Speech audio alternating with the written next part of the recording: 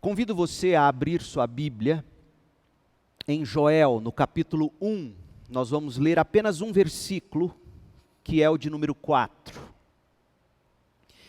E eu quero começar essa série de mensagens chamando sua atenção para o tema Você tem uma mensagem. A mensagem de Joel. Você tem uma mensagem. A mensagem de Joel. Joel capítulo 1, versículo 4. Depois que os gafanhotos cortadores devoraram as colheitas, os gafanhotos migradores comeram o que restava. Então vieram os gafanhotos saltadores e depois deles os gafanhotos destruidores. You've got mail. Se você é velho bastante, vai lembrar dessa frase. You've got mail. Você tem um e-mail. Essa era a frase que clientes da American Online, AOL, no fim da década de 90, ouviam ao receber uma nova mensagem na conta de e-mail. As pessoas adoravam ouvir. You've got mail. Era novidade. Era sinal de que a distância entre as pessoas estava de alguma maneira diminuindo. Hoje nem tanto. A gente quase nem usa mais e-mail. Aliás, você sabe o que é e-mail? Nós estamos na época do WhatsApp, das mensagens instantâneas. Se naquele tempo, lá em 1997, 98, se naquele tempo nós celebrávamos a possibilidade de comunicação, hoje nos intoxicamos com o excesso de informação. Não é verdade? As mensagens instantâneas lotam o celular. Nós fizemos até piada recentemente. Meu celular já recebeu tanta mensagem sobre o coronavírus que ele nem vibra mais, ele tosse, não é? Piada que já fizemos com tanta informação que chega no nosso dispositivo. Mas no começo da internet comercial, lá de meados de 1990, para o final da década de 90, a AOL era um dos principais provedores de internet. No Brasil, veio na sequência o UOL, ou Universo Online, que até hoje é usado como e-mail por algumas pessoas. O UOL, oferecendo aos clientes, naquela época, além de conexão à internet, serviços como e-mail. E como era tudo novidade, todo mundo se sentia importante quando recebia uma nova mensagem por e-mail e ouvia do seu computador, em vez de um toque como é hoje, a notificação dizendo, You've got mail. Você tem um e-mail. Gente, fez tanto sucesso a frase You've got mail. Você tem um e-mail, fez tanto sucesso que nos Estados Unidos foi lançado um filme cujo título era a frase de notificação da AOL, You've Got Mail. Os atores, os protagonistas eram Tom Hanks e Meg Ryan. No Brasil, o longa-metragem recebeu o nome de Mensagem para Você. Nós fomos criados à imagem e semelhança de Deus. E, portanto, nós somos todos, por natureza, comunicadores.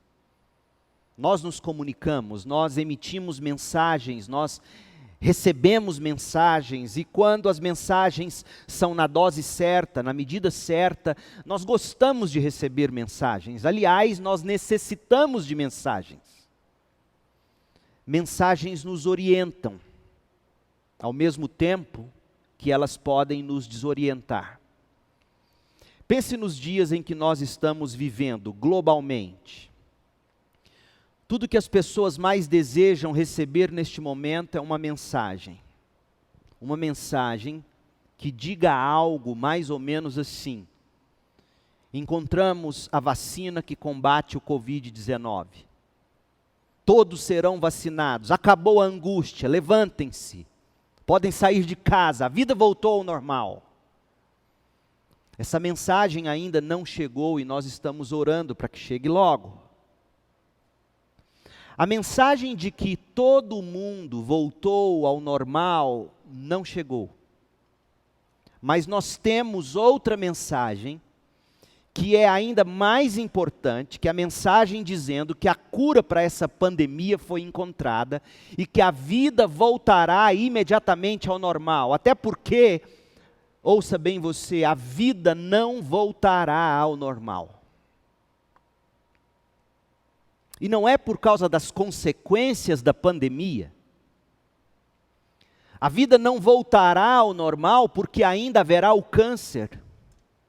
Ainda haverá outras doenças incuráveis, tanto no corpo como na cabeça e no coração das pessoas. Haverá todos os males pessoais e sociais, humanamente irreparáveis, gente. Ainda haverá tantas outras desgraças pessoais, familiares, sociais e globais. Aliás, eu temo que depois desta pandemia haverá muito mais feridas no seio das famílias, porque o confinamento é capaz de extrair o pior de nós, e nossas palavras malditas, nossas atitudes equivocadas, pecaminosas, vão ferir aqueles que mais amamos, e a vida não voltará ao normal. Infelizmente, nós apenas aprendemos a conviver, ou simplesmente aprendemos a gerir, a administrar as questões que eu acabei de descrever. E sobre as quais, ou diante das quais, sob os efeitos delas, nós sequer paramos e refletimos. Gente, a humanidade é tão despreparada mesmo com tantos avanços em todas as áreas, mesmo com tantas riquezas e com tanto potencial de todos os tipos, nós somos tão incompetentes que diante de um vírus como o coronavírus, o novo coronavírus, o Covid-19, que apesar de sério, é menos letal que tantos outros vírus, pestes ou bactérias. Mas nós simplesmente tivemos que parar tudo, apenas para evitar que o pior aconteça. Saiba, meu povo, que não há qualquer juízo de valor em minhas palavras, são apenas constatações. Eu digo o que digo apenas para pontuar o quão assustadora é a nossa fragilidade, a nossa impotência.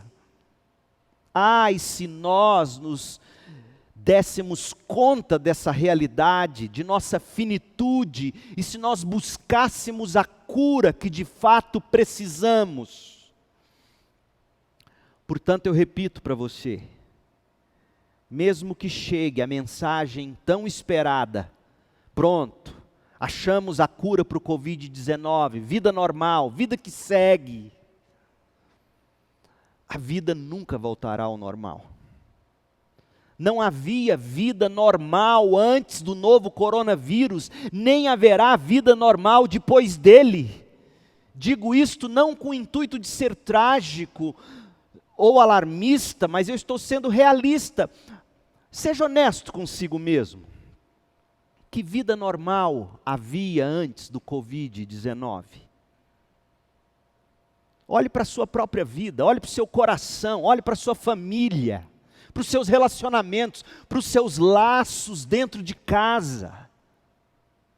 Que bem provavelmente, num momento de confinamento como esse, você se vê forçado a ficar quieto debaixo do mesmo teto, na mesma casa, e quantos coices são dados uns nos outros, e quantos machucados, quantas palavras malditas, ferindo. A vida não estava normal antes do Covid-19. Olhe para a sua vida, olhe para o seu coração, olhe para a sua família, olhe para a nossa sociedade, olhe para o mundo. Olhe para o tipo de liderança que nos representa na esfera política. Olhe para o tipo de liderança religiosa ao redor do planeta. A vida não estava normal antes do Covid-19 e a vida não voltará ao normal depois dele. Não estava tudo bem e normal. O que havia antes do coronavírus era a falsa sensação de que nós tínhamos tudo sob controle. Mas nós não tínhamos. Nós não tínhamos tudo sob controle. Pense bem, bastou um espirro para que tudo saísse do controle. A vida, portanto, não estava normal. A vida não está normal. E a vida não ficará normal. A mensagem que nós mais precisamos não é a que irá dizer, voltamos ao normal. Não. Apesar de estar ansiosamente aguardando por ela. Desejoso de sair do confinamento, óbvio. A mensagem que nós mais precisamos é a mensagem do profeta Joel. A mensagem do profeta Joel.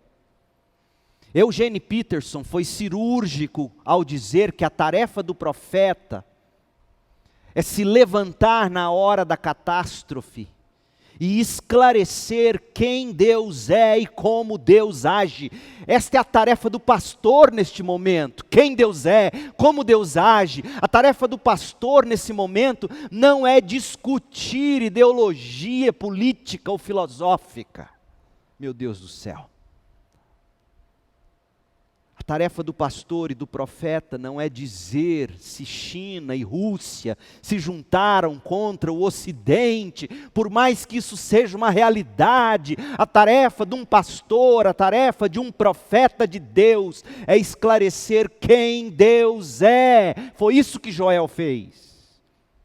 E dizer como Deus age. E se essa é a tarefa do profeta, você que não é pastor ou profeta, acaba descobrindo qual é a tarefa de todo cristão. Em vez de, neste momento, buscar respostas políticas, o que nós precisamos é conhecer quem Deus é. Se o profeta for bom, isto é, se ele é correto, se ele é verdadeiro, o caos vai se tornar apenas uma alavanca para arrancar as pessoas dos seus pecados e libertá-las para Deus através da graça que nós encontramos em Jesus Cristo. Joel era um dos bons profetas. Joel usou um fato contemporâneo em Israel como ilustração a fim de despertar o povo para a realidade de que não se passa um dia sem que estejamos lidando com Deus. O tempo todo nós lidamos com Deus. O fato que Joel usou como ilustração foi uma praga terrível de gafanhotos, somada a um longo período de estiagem que estava devastando as colheitas em Israel e que resultou num desastre agrícola de gigantescas proporções. No mínimo, nada igual naquele século. Era tanto e era tão catastrófico que o profeta Joel comparou a nuvem de gafanhotos com uma maciça invasão militar. Mas qualquer outra catástrofe, crise, qualquer outra carestia teria sido bem aproveitada pelo profeta. Ele usaria a crise para mostrar quem Deus é.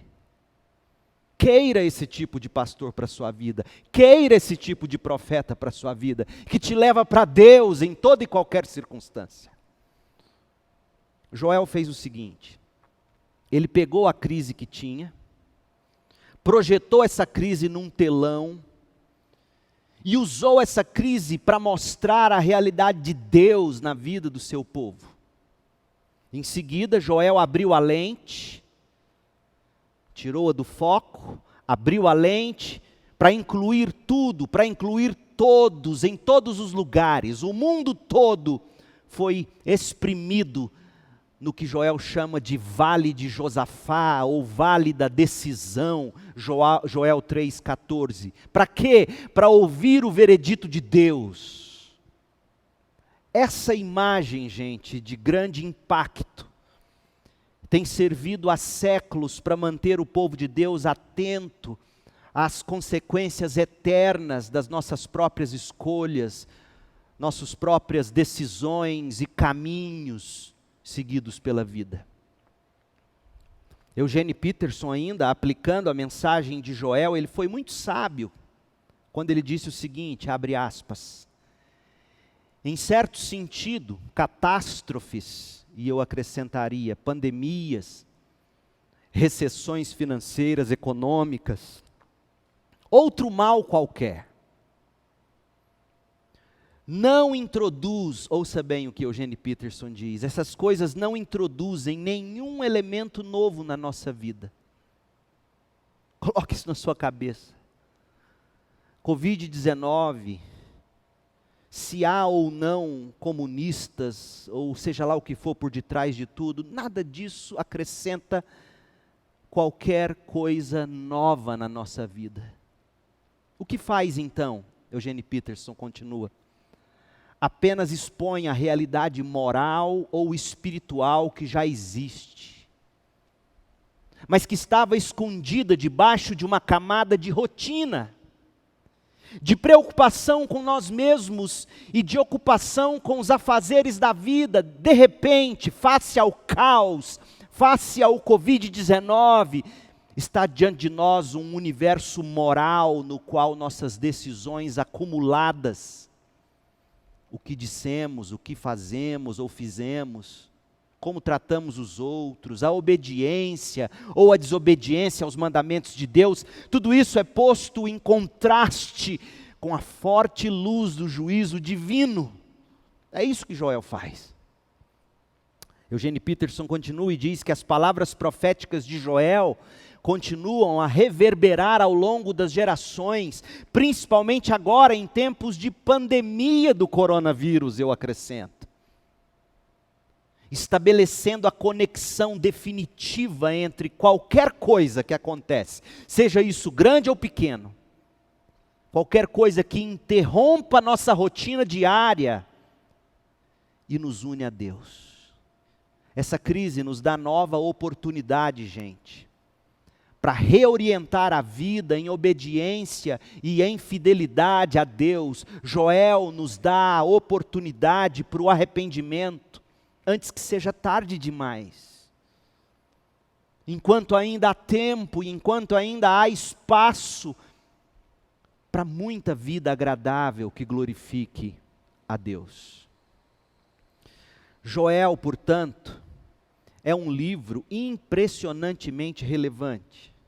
E por sua relevância, que ficará cada vez mais clara ao longo da nossa série de estudos no profeta Joel, e por causa da relevância dele, nós embarcamos hoje numa viagem de cabeça e de coração, já que nós estamos de quarentena, em isolamento preventivo, não podemos sair de casa, vamos deixar a nossa mente, a nossa imaginação, o nosso coração viajar e ir ao encontro dos dias do profeta Joel, para ouvir a mensagem dele, que vivia no meio de um caos.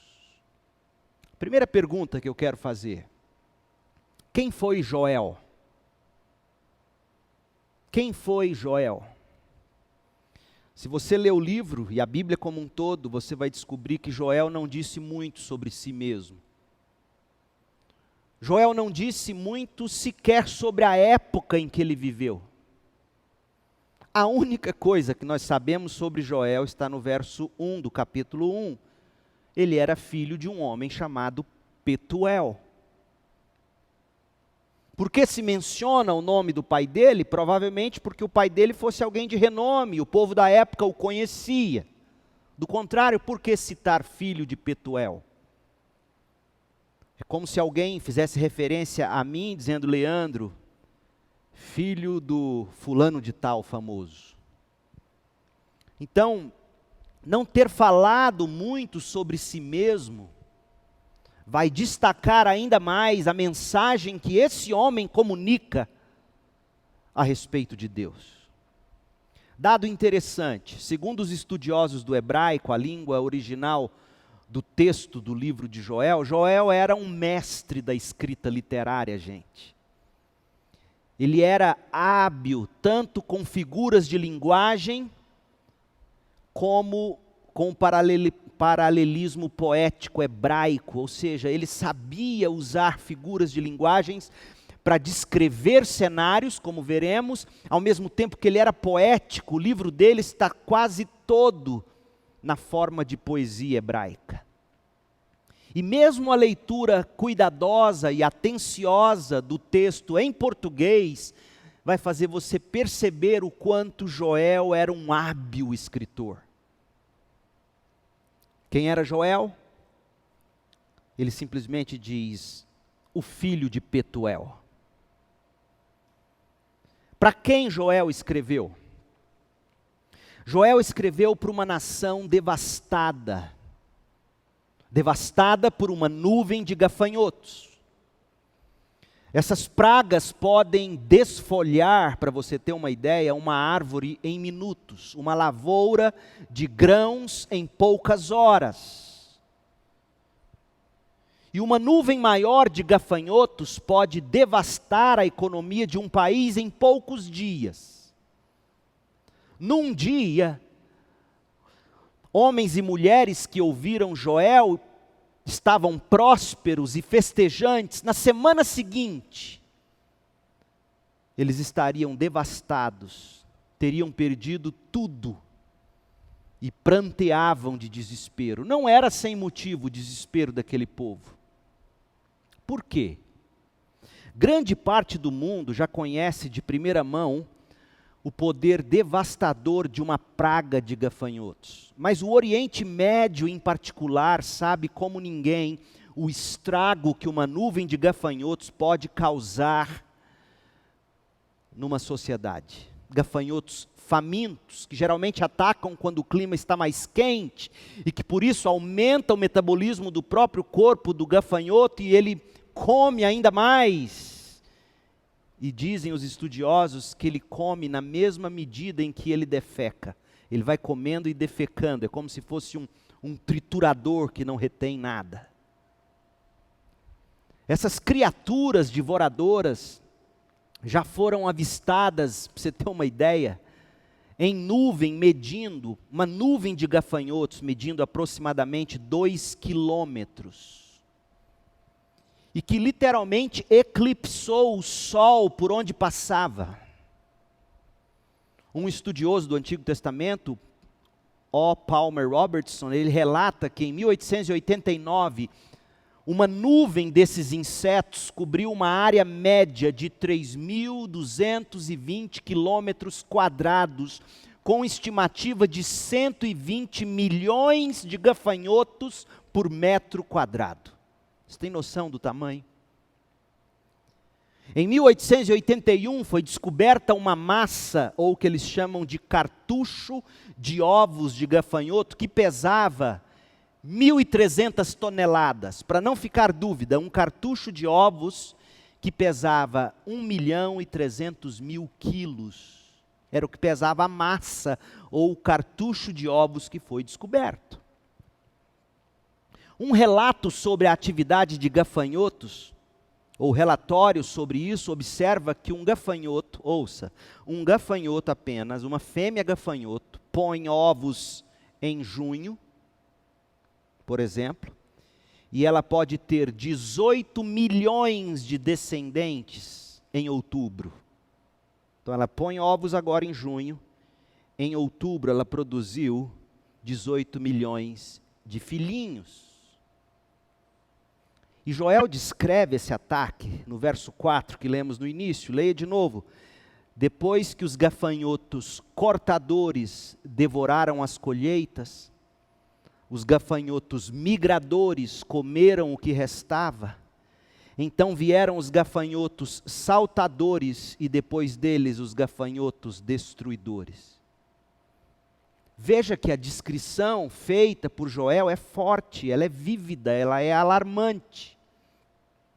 As lavouras estavam sendo destruídas pelos gafanhotos, cortadores, migradores, saltadores e saltadores ou devoradores e destruidores. Hernandes Dias Lopes, comentando sobre o livro de Joel, ele diz que há pelo menos 5 interpretações para estes 4 tipos de gafanhotos.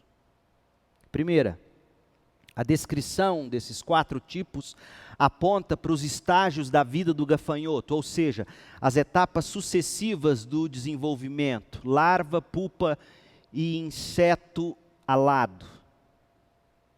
A segunda possível interpretação é a descrição que fala de 4 tipos diferentes de gafanhotos. Até porque no hebraico existe 9 palavras para gafanhotos. 9 palavras no Antigo Testamento. E Joel usa 4 específicas das 9. Ele fala do gafanhoto cortador, do gafanhoto infestador ou migrador, ele fala do gafanhoto saltador ou devorador, e ele fala do gafanhoto destruidor. Então, a segunda interpretação é de que são 4 tipos diferentes de gafanhotos. A terceira interpretação, a descrição fala de nuvens sucessivas de gafanhotos invadindo a terra. Joel, portanto, estaria falando sobre ataques sucessivos de insetos, ressaltando a intensidade da destruição. Quarta descrição. A descrição fala metaforicamente dos 4 tipos de impérios que dominavam o mundo. O Império Babilônico, o Império Medo-Persa, o Império Grego, o Império Romano. E a quinta possibilidade, a descrição que fala de 4 demônios distintos que atacam as finanças do povo. Talvez essa seja a interpretação mais comum que nós, Igreja Evangélica Brasileira, ouvimos a respeito desses 4 tipos de gafanhoto. Demônios diferentes que atacam as finanças do povo de Deus.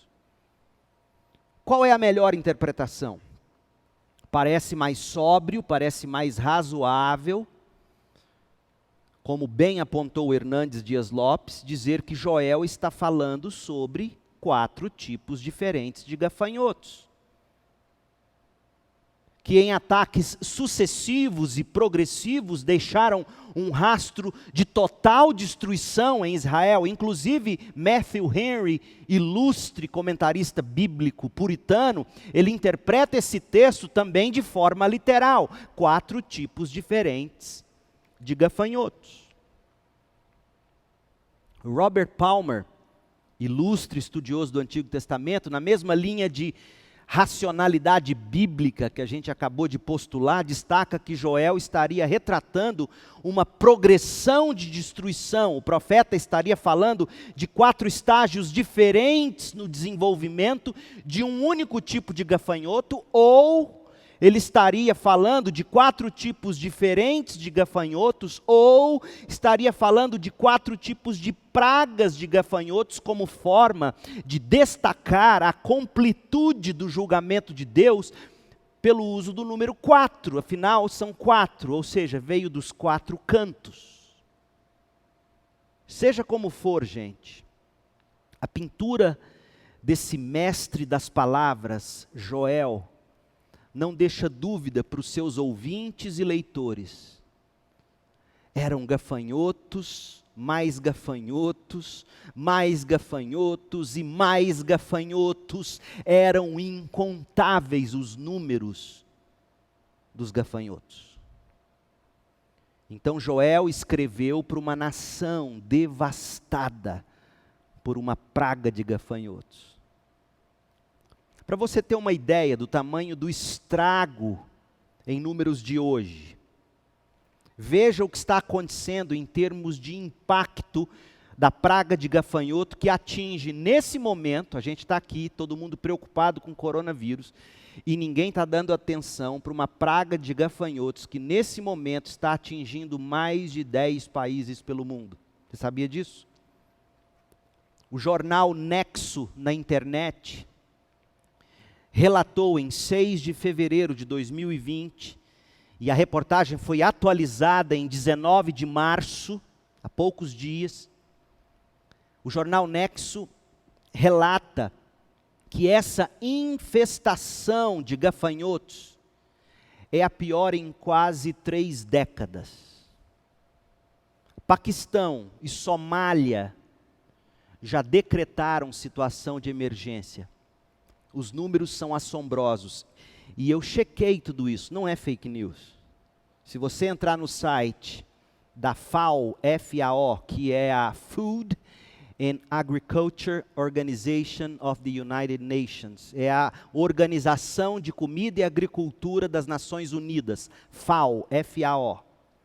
Ela diz assim, neste momento, 11,9 milhões é o número de pessoas em condições de severa insegurança alimentar na Somália, Etiópia e Quênia, nesse momento, por causa da praga de gafanhotos. Vou repetir os números, 11,9 milhões de pessoas em condições de severa insegurança alimentar. Porque os gafanhotos estão destruindo as lavouras da Somália, Etiópia, Quênia. Outro número que a FAO nos apresenta. 4.850 quilômetros quadrados é a área atingida pelos gafanhotos na Somália, Etiópia e Quênia. Até janeiro, dia 29 de janeiro. A área de 4.850 quilômetros quadrados. Para você ter uma ideia, é o tamanho de 3 cidades de São Paulo juntas. 35 mil é o número de pessoas, 35 mil é o número de pessoas que poderiam ser alimentadas em um dia, com o que a nuvem de gafanhotos de 1 quilômetro quadrado consome no mesmo período.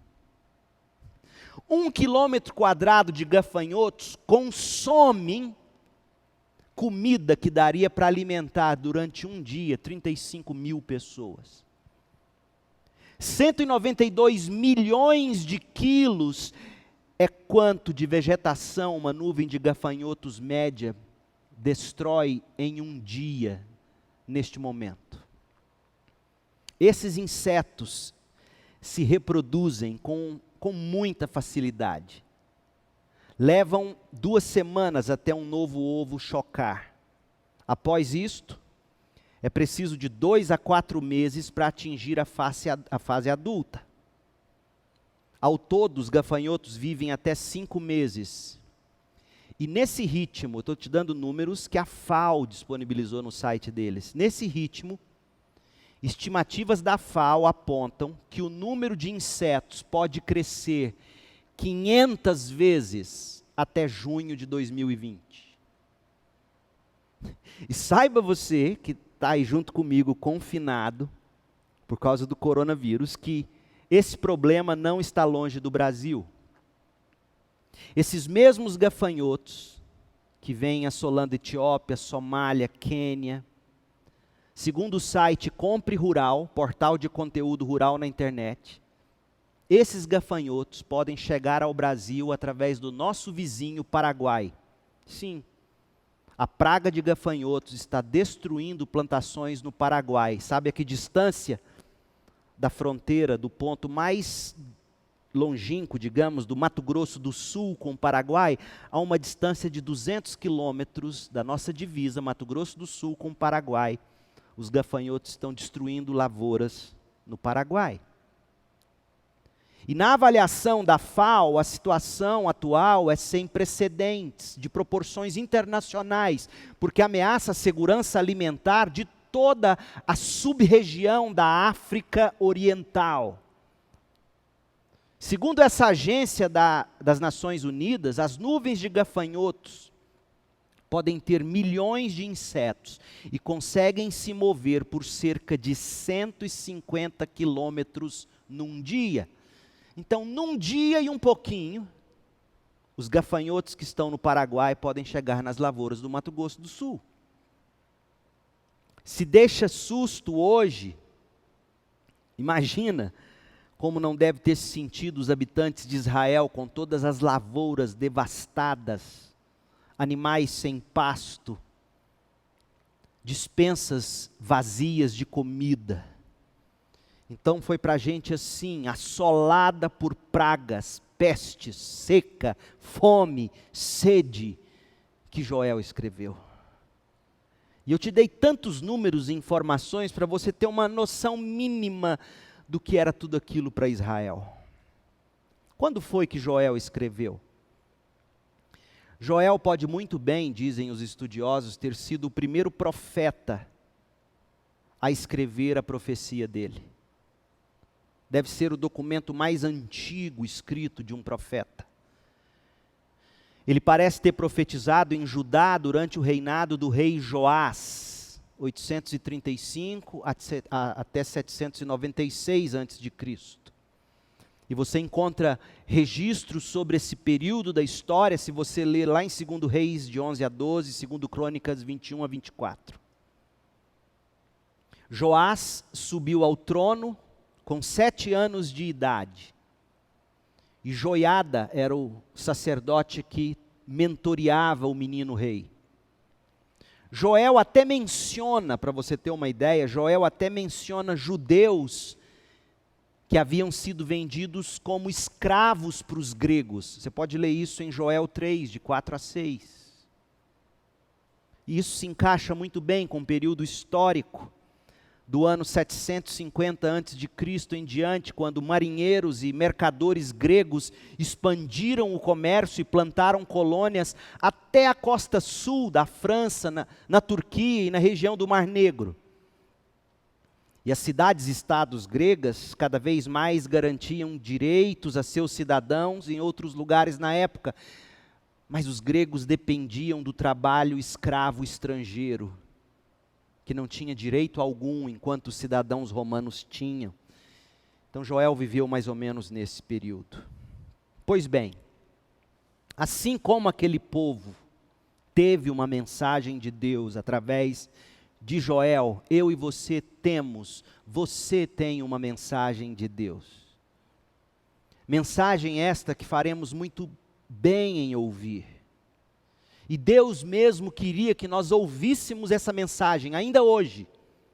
Joel capítulo 1, leia comigo, a partir do verso 1 até o verso 3. Joel 1, de 1 a 3, diz assim: O Senhor deu esta mensagem a Joel, filho de Petuel. Ouçam isto, líderes do povo. Ouçam todos que habitam na terra, em toda a sua história já ocorreu algo semelhante. E a resposta óbvia era não. E aí o profeta diz o que Deus queria que ele dissesse: contem a seus filhos o que aconteceu, e que seus filhos contem aos filhos deles, transmitam esta história de geração em geração, até os nossos dias. Por quê? Por que transmitir essa história de geração em geração? É o que nós estudaremos a seguir, Deus permitindo, nas próximas mensagens. Permitam-me apenas terminar com 4 das questões principais que serão debulhadas ao longo do estudo do livro. Nós não daremos muito destaque agora, nós vamos apenas mencionar essas questões. Na sequência do nosso estudo, todos esses pontos irão pipocar o tempo todo. No entanto, tê-las em mente agora vai ajudar você a ler o livro de Joel por si mesmo. E eu encorajo você a fazer isso. Leia Joel sozinho, buscando extrair as lições e fazer as devidas aplicações para a sua vida e para a nossa situação no momento. Palmer Robertson diz que a mensagem de Joel se destaca com 4 assuntos teológicos particulares. Então você vai ler Joel com esses 4 temas na sua mente. Primeiro, a certeza e a severidade dos julgamentos de Deus, que devem iniciar primeiro no próprio povo de Deus e depois em todas as nações do mundo. Sim, o juízo começa pela casa de Deus. É isso que a profecia de Joel vai nos mostrar. No momento como o nosso, pandêmico, Deus não está julgando apenas o mundo, não se iluda. Deus começa julgando o seu próprio povo. Do contrário, por que Israel teria passado pelo que passou? Israel, o povo escolhido de Deus. E você lendo a profecia de Joel vai descobrir que primeiro Deus se dirige a Israel, pune Israel, corrige Israel, e só depois ele se volta para as nações. Então leia Joel com a certeza e a severidade dos julgamentos de Deus em mente, que primeiro começam no próprio povo de Deus e depois em todas as nações do mundo. Então não se ufane, não se orgulhe nos tempos como o nosso, achando que Deus está julgando apenas o mundão. Começa por nós. Inclusive, o sacerdote diz na profecia dele, no capítulo 1, diante dos nossos olhos falta comida, diante dos olhos inclusive do sacerdote de Deus faltava comida. Segunda verdade teológica é o destaque do dia do Senhor, nos propósitos e nos planos de Deus, e as várias maneiras pelas quais o dia do Senhor, que exibe a soberania de Deus e o senhorio de Deus, pode se manifestar na história.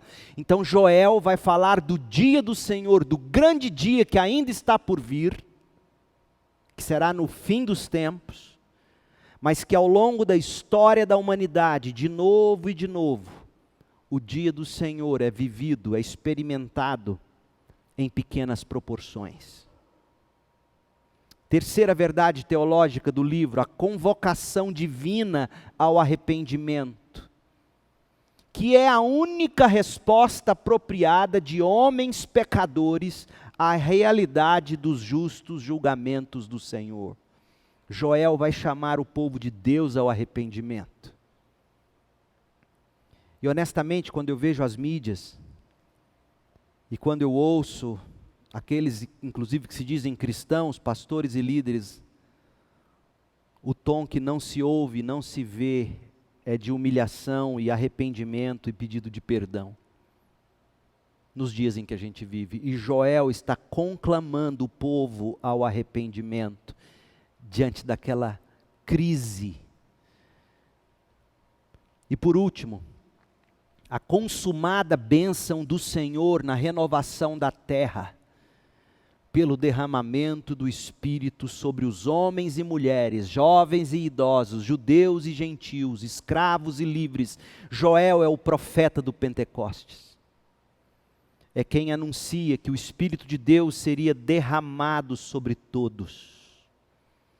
Então Joel nos ensina a viver com os olhos voltados para este grande dia. E você então poderá dizer, poxa, mas já se cumpriu no Pentecostes. Sim, cumpriu-se em parte. Porque antes de chegar o fim, como veremos ao longo da sequência do livro, haverá ainda de acontecer um grande derramamento do Espírito de Deus, produzindo avivamento tal, que todo Israel de Deus será salvo aos olhos do mundo.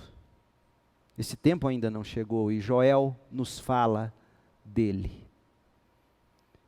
Você tem uma mensagem, a mensagem de Joel, a mensagem de que Deus julga e julgará. Ele vem dando sinais de todos os tipos, inclusive através de pandemias, como agora. E a mensagem é: arrependa-se todos de seus pecados. Voltem-se pelo Espírito Santo com fé ao ungido do Senhor, ao Messias de Israel, Jesus Cristo. Porque todo aquele que invocar o nome do Senhor será salvo. Esta é a mensagem de Joel para mim e para você nestes dias. Que Deus te abençoe. Eu espero você na próxima transmissão, domingo, às 10h30 da manhã. Até o fim da semana eu vou postar as aulas de escola bíblica dominical para você ir assistindo. de forma que nós não teremos transmissão domingo às 9h30, teremos a partir das 10h30 e depois a partir das 19 horas. Ore por mim na medida em que eu prossigo com os estudos deste profeta, e você, eu tenho certeza, vai se apaixonar por ele na medida em que a gente caminhar trecho a trecho desse livro, buscando ouvir a voz de Deus para os tempos em que vivemos. O que nós mais precisamos deste momento não são de explicações ou de revelações a respeito de quais forças estão dominando este mundo. O que nós mais precisamos é da visão do Deus de Joel. E Ele vai nos trazer isso. E eu espero em Deus que você se encante com esse Deus. Arrependa-se, creia, entregue sua vida e coração a Jesus. Vamos orar? Feche os seus olhos, ore comigo. Pai, em nome de Jesus, faça-nos entender que a mensagem mais importante que precisamos ouvir neste momento não é de que a vida voltou ao normal. A vida nunca esteve normal depois do pecado e jamais ficará até que o Senhor venha restaurar teu reino. Por isso o Senhor nos ensinou a orar: venha o teu reino. Aí sim as coisas se encaixarão na normalidade. Até lá, meu Deus, viveremos num mundo de trevas, onde epidemias, pandemias, pragas e pestes, dores de toda natureza vêm e vão. Ensina-nos, portanto, a viver com os olhos fixos no grande dia do Senhor. Por mais homens e mulheres da estirpe de Joel, que o Senhor nos ensine a olhar não para as crises, não para os problemas, mas para o Senhor, o autor e consumador da nossa fé. E que pessoas neste tempo possam invocar o nome do Senhor e serem assim salvas, como é promessa de Joel, ou do Senhor pelos lábios de Joel. Ó Deus, ajuda-nos a entender que a mensagem de que precisamos nós já temos aqui na Tua Palavra. E que o Senhor abra os nossos olhos para que possamos ver. Oramos gratos, confiantes, cheios de fé e de esperança no Senhor, certos de que todas as coisas cooperam para o bem daqueles que te amam. Abençoa-nos com graça, com misericórdia. Nós oramos em nome de Jesus. Amém.